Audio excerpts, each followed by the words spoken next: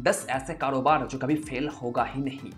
क्या आप जानते हो कि ऑन एवरेज 20% बिजनेस फेल कर जाता है बस 2 साल के अंदर, अराउंड 50% बिजनेस बंद पड़ जाता है 5 साल के अंदर, और बस 10% ऐसा बिजनेस है जो टिकता है, माने सफल बनता है। तो यहाँ मैं आपको वही 10 ऐसे बिजनेस के बारे में बताऊंगा जिसका सक्सेस रेट बहुत ही कमाल का है, फेल होने का चांस कभी होगा ही नहीं नॉर्मली। नंबर 1 पे है फार्मेसी शॉप, माने मेडिसिन का शॉप। अगर मैं आपसे कहूं कि एक अच्छा मेडिसिन का शॉप दुकान 4 से 5 लाख रुपए महीने का कमा सकता है, तो क्या आप विश्वास करोगे? पर ये सच है। एक डेटा कहता है कि ऑन एवरेज हर दिन 30,000 रुपए से 40,000 रुपए का मेडिसिन बिकता है एक नॉर्मल एवरेज दुकान पे, माने जो दुकान थोड़ा अच्छा है मोटा मोटी, तो महीने का होता है अराउंड 4 से 5 लाख रुपए। अगर मैं यहाँ पे सारे खर्चे को माइनस कर दूं, लेट्स से रेंट होगा, बिल्स होगा या फिर सैलरी होगा उन एम्प्लॉइज का, सब कुछ माइनस करके लेट्स से 1 लाख रुपए आपको खर्च करना पड़ रहा है उन सारे एक्सपेंसेस में। दैट मीन्स आपके पास बचता है 3 से 4 लाख रुपए हर महीने। और आप तो देख ही रहे हो कि मार्केट में ऑनलाइन फार्मेसी कितना आगे बढ़ रहा है 20% डिस्काउंट देने के बावजूद भी। व्हाट, कैसे? अभी मैं आपको बताऊंगा। मैंने ये कभी नहीं देखा कि मेडिसिन का दुकान बंद पड़ चुका है। 100 में से 90 दुकान प्रॉफिटेबल होता ही है। ये सक्सेस रेट है मेडिसिन शॉप का अबाउट 90%।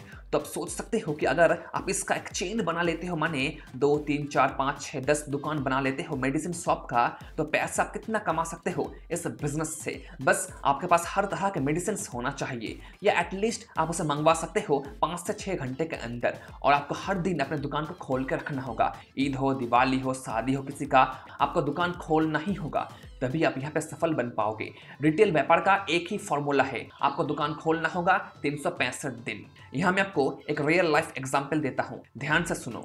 हमारे कलकत्ता में एक ऐसा दुकान है, मैं नाम नहीं लूंगा उसका, पर उससे ज्यादा प्रॉफिटेबल दुकान माने मेडिसिन शॉप मैंने आज तक नहीं देखा है।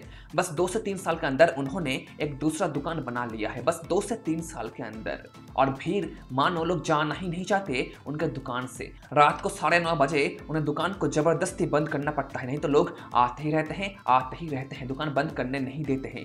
इसलिए वो लोग जबरदस्ती अपनी दुकान को बंद कर देते हैं। भाई छोड़ दो, मुझे घर जाना है, भाई छोड़ दो, प्लीज छोड़ दो, ऐसा वो लोग करते हैं। वहाँ पे अराउंड 10 से 15 लोग काम करते हैं, 20% डिस्काउंट वो भी देते हैं, पर उनका व्यापार उस एरिया में टॉप पे है। उनके जैसा वहाँ पे कोई नहीं है, कोई भी नहीं है, इतना भीड़ होता है वहाँ पे।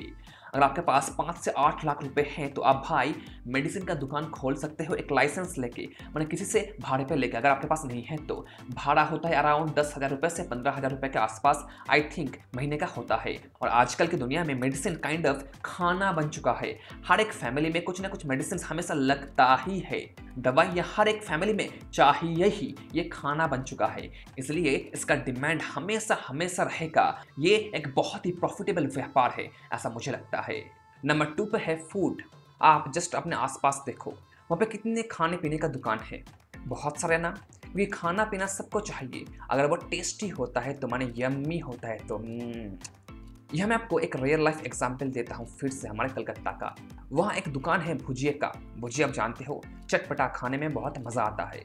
उसका जो दुकानदार है वो पहली बात हर दिन दुकान खोलता नहीं, अगर खोलता है तो अराउंड 3 से 4 घंटा, 5 घंटा मैक्सिमम दुकान को खोल के रखता है, और उसी समय के अंदर उनका सारा भुजिया बिक जाता है। उनका भुजिया इतना इतना अच्छा है कि महंगी महंगी गाड़ियों से लोग आते हैं दूर दूर से इनके भुजिया को खरीदने के लिए।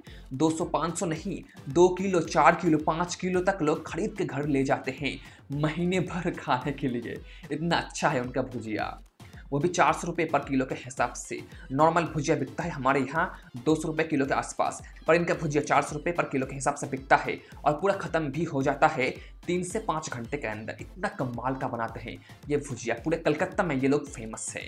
कारोबार करना है तो इनकी तरह करो, कमाल का व्यापार, कमाल का। उसी रोड के ऑपोजिट पे एक अच्छा रेस्टोरेंट है जहाँ पे मैंने खुद खाना खाया था। जितने भी बिजनेस में यहाँ पे आपको बताऊंगा वो सारे मेरा रियल एक्सपीरियंस से होगा।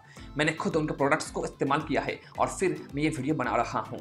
तो इसी बात पे एक लाइक हो जाए, और नए हो तो अभी सब्सक्राइब कर लो, बाद में बहुत काम आएगा, ये गारंटी है। कर दिया, चलो फिर आगे बढ़ते हैं। तो वो रेस्टोरेंट उतना खास भी नहीं है, सिंपल रेस्टोरेंट है जहाँ पे नॉर्मल चीज़ें मिलते हैं, मैंने दाल, चावल, फिश, चिकन, ये सब वेजिटेबल्स, ये सब मिलता है उस दुकान पे। दोपहर को 3 बजे तक उनका सारा खाना वहाँ पे ख़त्म हो जाता है, इतना डिमांड है उस एरिया में उनके खाने का। अगर हम बात करें कमाई की, तो मैंने सुना है कि अराउंड 1 लाख रुपए के आसपास उनका जो मालिक है वो कमाते हैं। वहाँ पे 8 से 10 लोग काम करते हैं, उनका सैलरी होता है, भाड़ा होता है और नॉर्मल खर्चे के बावजूद भी वो इंसान 1 लाख रुपए के आसपास कमाता है।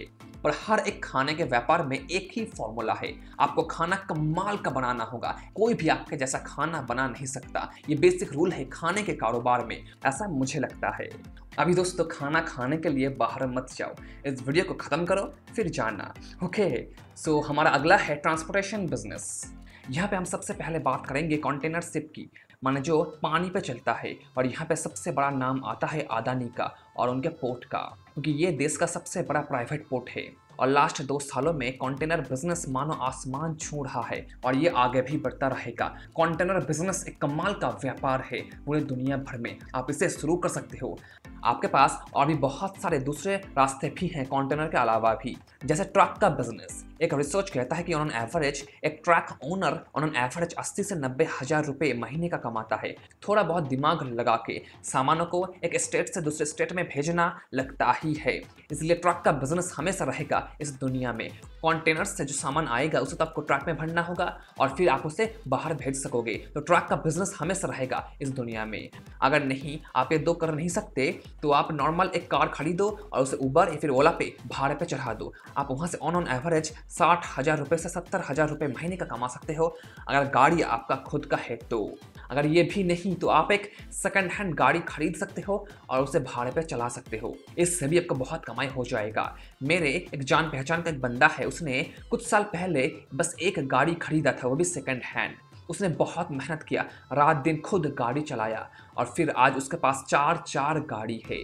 शादी ब्याह में, इवेंट्स में, हर एक जगह ये गाड़ी लेके जाता है। इसका बिजनेस टॉप पे चल रहा है उस एरिया में। तो ट्रांसपोर्ट में बहुत सारे रास्ते हैं व्यापार शुरू करने का और ये चीज़ बहुत प्रॉफिटेबल भी है। नंबर 4 पे है रेजिडेंशियल डेवलपमेंट का व्यापार। भारत में जन आबादी है अराउंड 135 करोड़ के आसपास। अराउंड 50% फैमिलीज के पास अपना खुद का घर नहीं है। उन 50% में से 30% लोग भाड़े के घरों में रहते हैं और बाकी जो बचे हैं वो इधर अपने माता पिता के साथ या फिर किसी और के साथ रहते हैं शेयर करके। माने दोस्तों अराउंड 70 करोड़ इंसान के पास हमारे देश में घर खुद का नहीं है। ये एक बहुत बड़ा अपॉर्चुनिटी है आपके लिए अगर आप डेवलपर बनना चाहते हो तो। घर दोस्तों आपको भी चाहिए, मुझे भी चाहिए, सबको चाहिए। घर के बिना हम जिंदा नहीं रह सकते। खाना, कपड़ा और मकान सबको चाहिए, ये तो आप जानते ही हो। और जब लोग सोचते हैं निवेश करने के बारे में तो सबसे पहले आता है रियल एस्टेट प्रॉपर्टी, चाहे वो कमर्शियल हो, रेजिडेंशियल हो या फिर कुछ और हो, प्लॉट हो, लैंड हो। सबसे पहले आता है रियल एस्टेट और फिर आता है बिजनेस और फिर आता है स्टॉक मार्केट। प्रॉपर्टी को लोग हमेशा एक रियल संपत्ति मानते हैं जिसका फायदा आप ले सकते हो घर बना के दूसरों के लिए। नाउ आपको लग रहा होगा कि प्रॉपर्टी डेवलपमेंट वहाँ तो बहुत पैसा लगता है, इतना पैसा मेरे पास है कहाँ। पर मैं आपको बता दूं कि इस व्यापार में सब कुछ उधार में चलता है। माने मटेरियल्स जो लगेगा, ईंट, रेत, सीमेंट, सब कुछ आप उधार पे ले सकते हो और बिल्डिंग डेवलप कर सकते हो और उसे बेच के अपना उधार चुका सकते हो। डेवलपिंग व्यापार में सब लोग यही करते हैं, उधार में लेते हैं और फिर बेच के प्रॉपर्टीज को अपना उधार चुकाते हैं। लेट्स से आप 5 घर बनाने जा रहे हो एक सिंगल बिल्डिंग में, 500 स्क्वायर फीट हर एक घर का साइज है। तो आप किसी अपने जान पहचान के डीलर के पास जाते हो और उससे कुछ सामान उधार पे लेते हो और घर बनाते हो। जब घर बनेगा, आधा कंप्लीट होगा तो लोग आएंगे उसे बुक करने के लिए। ऐसा होता है, आपने शायद ये देखा होगा, लोग आएंगे, बुक करेंगे, आपको पैसा देंगे और धीरे धीरे वो सारा पैसा आपको चुका देंगे और आप अपना उधार भी उन्हें चुका दोगे।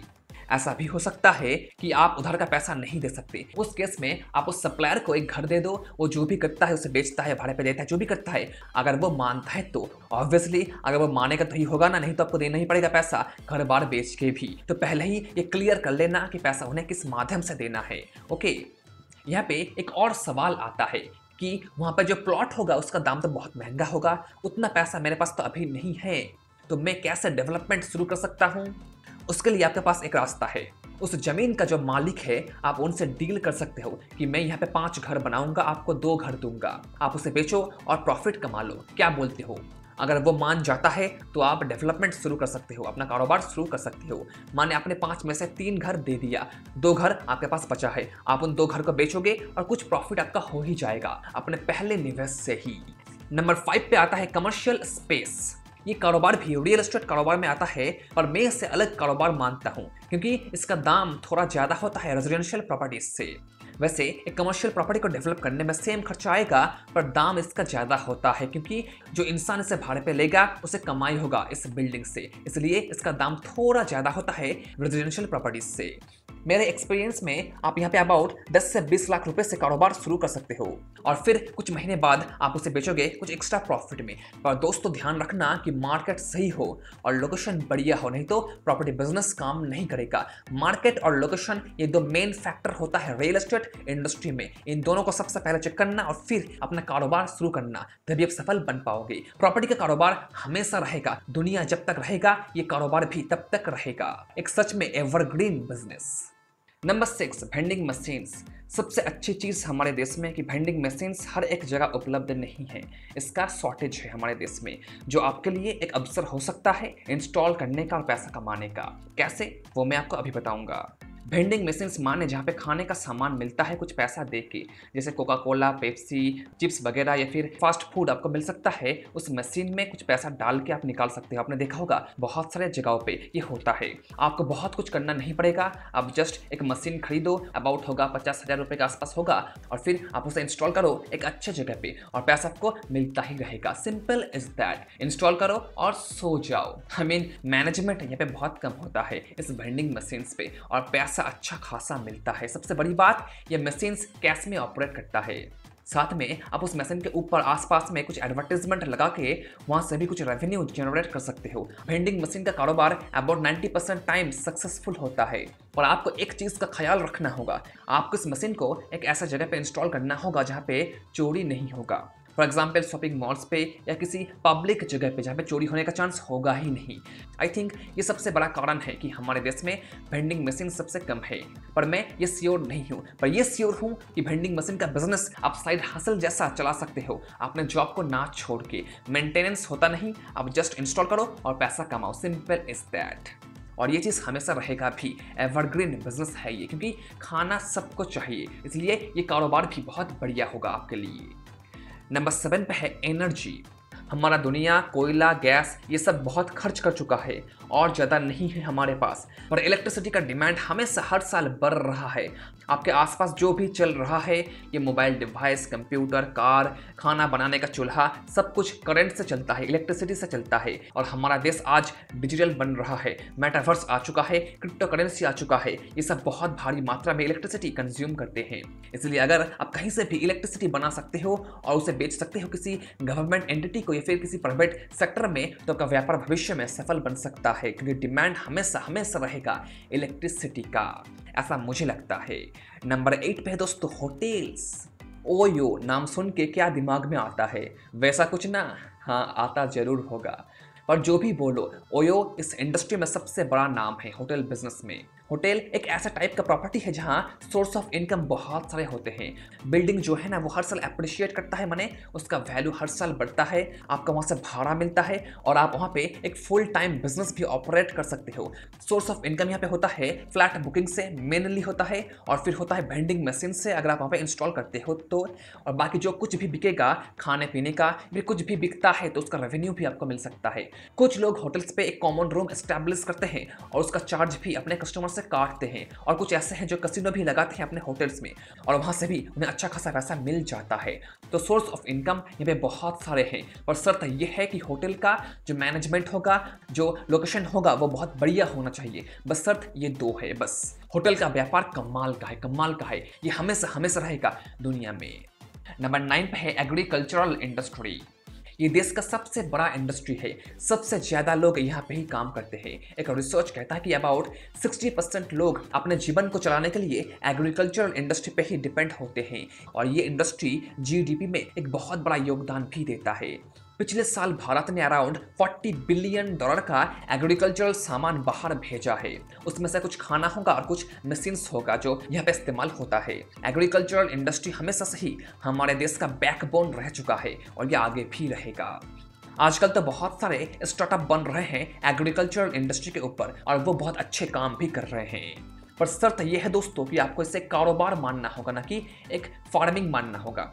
माने आपको बहुत सारा जमीन पे एक साथ खेती बाड़ी करना होगा, तभी आपको प्रॉफिट मिलेगा। 1-2 एकड़ में काम करके उतना प्रॉफिट आपको नहीं मिलेगा, आप शायद लॉस में रन कर सकते हो। और खेती बाड़ी करना ही है तो बहुत बड़ा करो, तभी आप यहाँ पे सफल बन पाओगे।